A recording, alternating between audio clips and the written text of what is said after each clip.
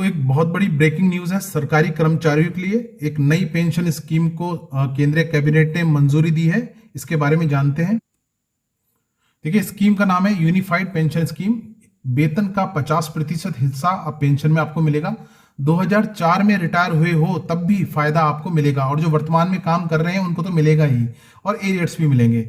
नई और पुरानी पेंशन योजना पर रार के बीच आज केंद्र सरकार ने एकीकृत पेंशन योजना यूपीएस का ऐलान कर दिया। केंद्रीय मंत्री अश्विनी वैष्णव ने बताया कि एकीकृत पेंशन योजना के तहत किन शर्तों के तहत केंद्रीय कर्मचारियों को आर्थिक लाभ मिलेंगे।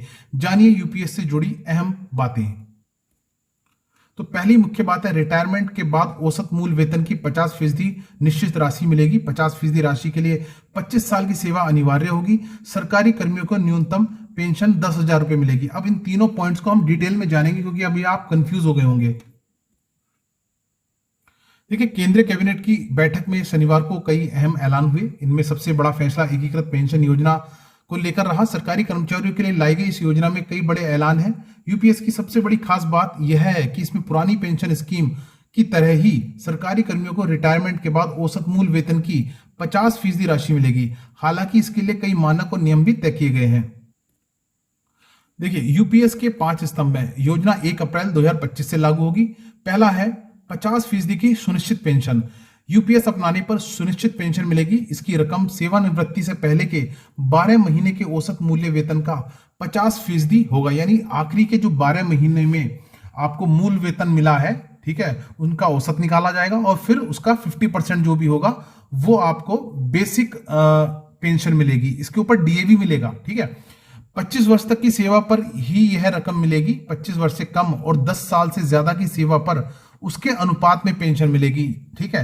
यानी मिलेगी इसी फॉर्मूले से, लेकिन वो क्योंकि 25 साल किसी ने पूरी करी है तो उससे तो 50% पूरी मिलेगी, लेकिन अगर किसी के 15, 18, 20 साल हुए तो उसके हिसाब से वो उसके अनुपात में कम हो जाएगा।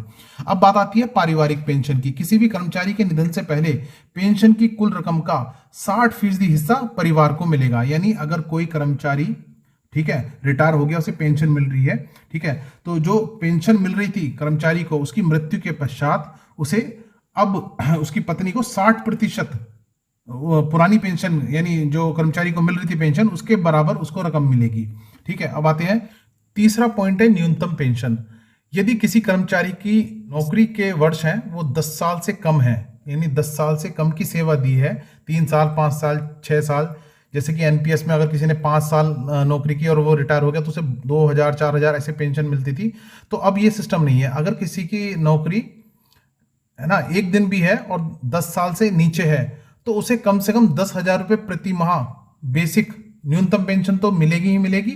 साथ ही महंगाई भत्ते को भी इसके साथ जोड़कर लगाया जाएगा। जैसे मान लिया अगर कोई 3-4 साल की नौकरी करके आज रिटायर हो जाता है, आज की तारीख में, यानी 24 अगस्त 2024 को, जबकि महंगाई भत्ता 50% चल रहा है, तो न्यूनतम पेंशन तो होगी 10,000 रुपये, और उस पर 50% डीए लगाएंगे तो 5,000 रुपये, यानी टोटल 15,000 रुपये पेंशन मिलेगी आज की तारीख में, अगर कोई 10 वर्ष की नौकरी से कम पे रिटायर हो जाता है, ठीक है। तो ये बहुत ही बढ़िया पॉइंट है ये।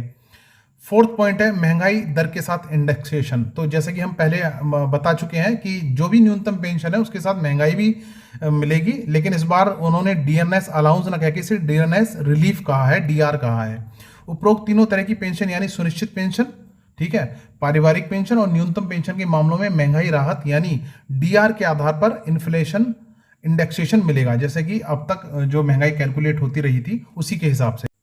तो 5th पॉइंट है सेवानिवृत्ति पर ग्रेच्युटी के अतिरिक्त एक मुश्त भुगतान होगा। प्रत्येक 6 महीने की सेवा के लिए वेतन प्लस डीए की 10% रकम का एक मुश्त भुगतान होगा। यानी अगर किसी की 30 साल की सर्विस है तो उसे कुल 6 महीने की सेवा के आधार पर एक मुश्त भुगतान होगा। यानी इसे ऐसे समझें कि यदि किसी की 30 साल की सेवा है तो करीब करीब 6 महीने की सैलरी के बराबर उसे लमसम अमाउंट मिलेगा ये, ठीक है। तो अब आगे इस वीडियो में हम जानेंगे कि जो एरियर्स की बात कही गई है वो एरियर किसे, कितना और कब मिलेगा।